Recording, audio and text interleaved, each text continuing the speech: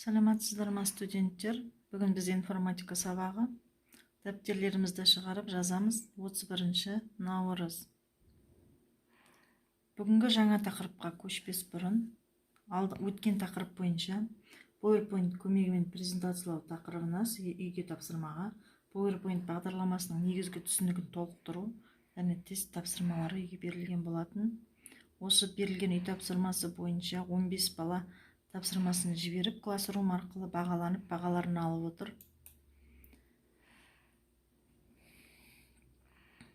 Мұны тиесілі тексеріліп, тиесілі бағалары қойылды. Рахмет студенттер сізге.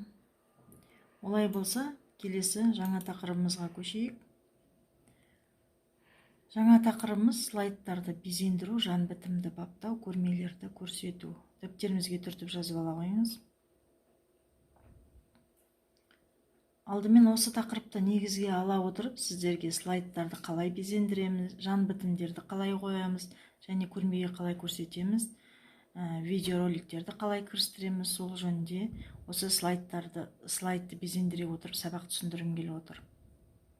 Алдымен бізге қажет, яғни тақырыбымызды ерекшелеп аламыз да, анимация бар, соның ішінде настройка анимация. Сонда ашылған терезенің ішінен добавить эффекті дегенді басып, оның ішінде входқа, яғни увеличение эффектісін қойғым келіп отыр. Бұл слайдты безендіру кезінде тек қана эффекті қою емес, сонымен қатар слайдтың фонында өзгертуімізге болады, әртүрлі да, өздеріңіз қалағандарыңызша. Мына дизайн бөлімінде, яғни әртүрлі фондар бар.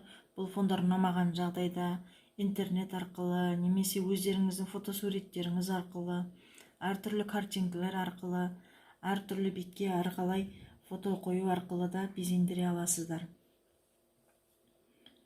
Олай болса, сабағымыздың мақсаты, құзыреттілігі 3 бөліктен тұрады: ақпараттық, коммуникативтік мәселені шешу. Ақпараттық студенттердің, яғни танымдылық, белсенділіктерін арттыру. Коммуникативтік деген студенттердің ойын дамыту, тақырыптық ізденімпаздылық, қасиеттерге жетелеу, информатикалық тіл байлығын жетілдіру, алған білімдерін іс жүзінде қолдана білуге дағдыландыру, мәселені шешу, компьютермен жұмыс істеу мәдениеттілігін, пәнге деген қызығушылығын арттыру. Жалпы айтып кететін болсақ, слайдты безендіру, көрме, яғни жаңағы көрмеге көрсету жөнінде тек қана осы слайдқа эффекті жасап, не болмасын фото салып қоймай, яғни мәтін теңгізе аламыз, формулада жаза аламыз, және таблицада қоя аламыз. Осындай көп мүмкіншіліктері бар. Сонымен қатар видеороликтерді де кірістіре аламыз. Үшінші бетте, яғни мында музыка, дыбыс, бейнеклиптерді енгізе аламыз. Осы мәтінді ерекшелей отырып, эффекті, вход. Осы эффектінің ішінен міне сложный эффекті деген бар, средний эффекті деген бар. Соның ішінде әртүрлі бумеранг деген таңдап көрейін. Осы эффектіні қойғым келіп отыр. Келесі видео түсірілімге тоқтайтын болсақ, жаңа видео кірістіруге. Сізде мында слайдты жаңадан ашқан кезде, мына жерде не орналастыруға болады: диаграмма, таблица, суреттер қоюға болады, клип орналастыруға болады, видео кірістіруге болады. Осы значоктардың бәрі тұр. Егер бұл батырмалар болмаған жағдайда, мына жерде вставка бөлімінде фильм деген бар. Сол фильмді тартып, қай жерге қажетті сол жерге қою арқылы да кірістіре аласыз. Осы батырманың үстін басу арқылы мен жаңағы дайындап қойған, яғни тобым ST211.1 тобының сабақтан тыс шаралар өткізу барысындағы кішкене видеоролик дайындап қойған болатынмын. Сол видеоролигімді осы слайдқа кірістіргім келіп отыр. Яғни батырманы шерту арқылы орналастыруды басамын. Орналастырылған видеоролигімізді өздеріңіздің қалауыңыз бойынша қаншалықты размерге үлкейткіңіз келсе де, өз еркіңізде осы мүмкіншілікті пайдалана отырып, мен слайдтың бетімен бірдей қылып үлкейтіп отырмын. Мұнда біздер көретініміз мына жаңағы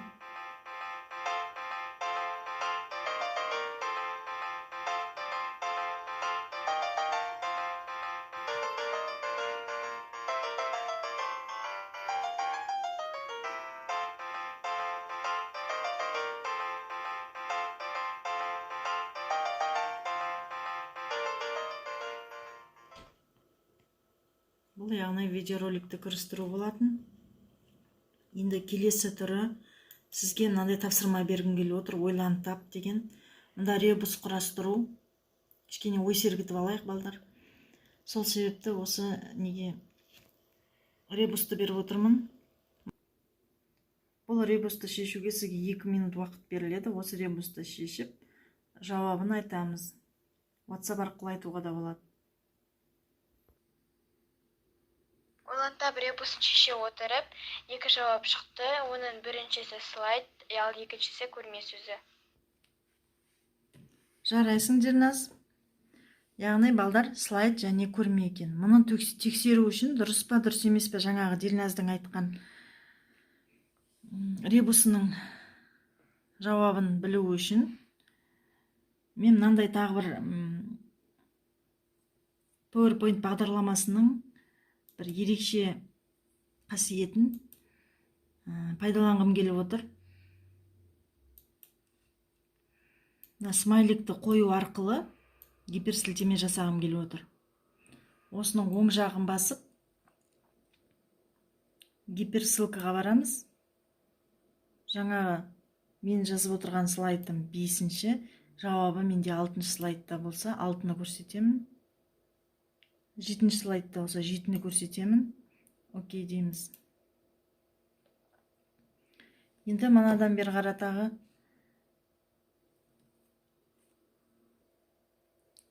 сабағымызды кішкене қорытындылай келе, енді басынан бастап жаңағы слайдымыздың қалай безендіргеніміз жөнінде көз жүгіртіп өтейік. Ол үшін біздер F5 пернесін басу арқылы слайдты көре аламыз.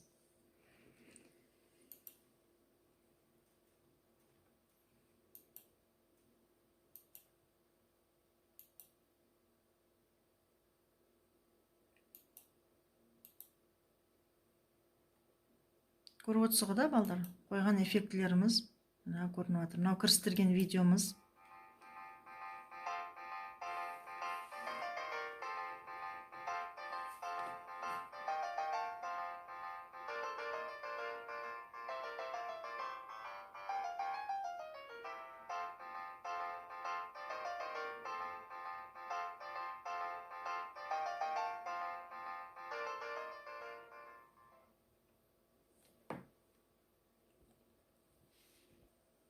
Ойлантап ребусымыздың шешімін білу үшін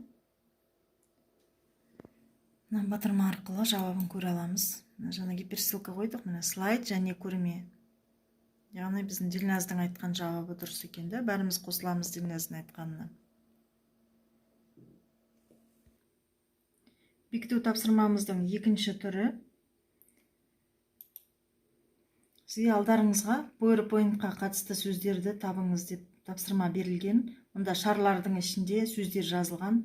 Яғни сіздер осының ішінен қайсысы осы PowerPoint бағдарламасына қатысты деп ойлайсыз, соны айтасыз. Мен сол бойынша басып отырамын. Егер дұрыс тапсаңыз, шарлар әуеге қалықтайды. PowerPoint-қа қатысты сөздер: анимация құру, суреттерді кірістіру. Так, жақсы, тексеріп көрейік. Айдын айтқан анимация құру дейді. Анимация құру және суреттер кірістіру дейді. Өте дұрыс, Айда, дұрыс айтасың. Қалғандарымыз? Тағы кім айтады, студенттер? PowerPoint-қа қатысты сөздердің жауабы: түстердің столбасы енгізу, клиптер, дыбыстар кірістіру.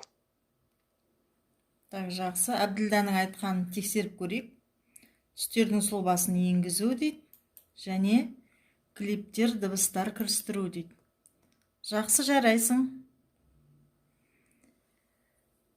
Олай болса, балдар, осымен сабағымызды аяқтай келе, сізге тапсырмаға қазір маған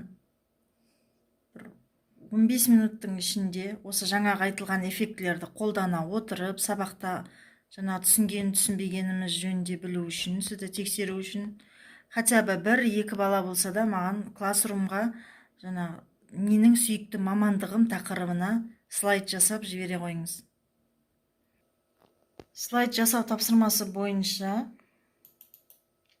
Бекетеев Абдуллах жіберіп отыр. Қазір тапсырмасын қарап көрейік. Менің сүйікті мамандығым деген болатын, е?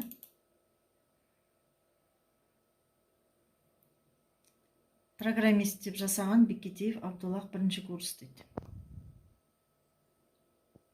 Бірінші беті, екінші беті программист деген кім? Бұл жеке өндірілген өндірістер.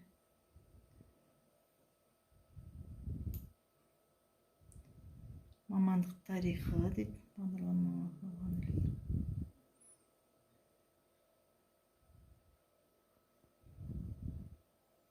Жеке қасиеттері не тоқталып өткен екен?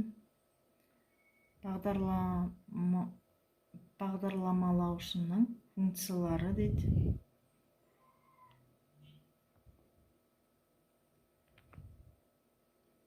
Категорияларына тоқталған. Тілдері дейді, яғни осы мамандық бойынша оқылатын тілдері.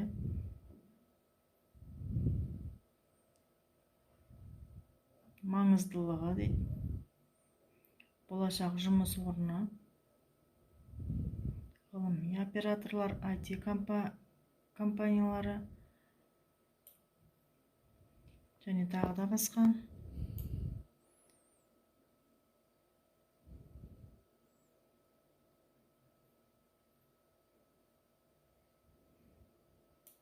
Так, жақсы. Мынау бізде Бекетеев Абдуллахтың. Жарайсың, Абдуллах, өз уақытыңнан бұрын әрі тез саған кішкене бір қара фон алғаның. Басқалай бәрі жақсы.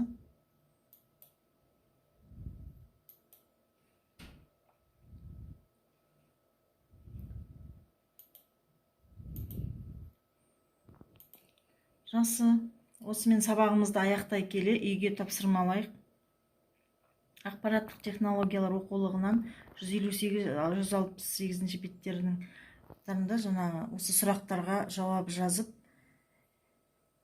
үйге тапсырма, осы сұрақтарға жауап жазасыңыз. Және де мана берілген слайд жасау, өз сүйікті мамандығым туралы слайд тек қана Бекетеев Абдуллах тапсырды. Қалғандарыңыз уақыт бар, әлі тапсырыңыз. Осымен сабақ аяқталды. Сау болыңыздар.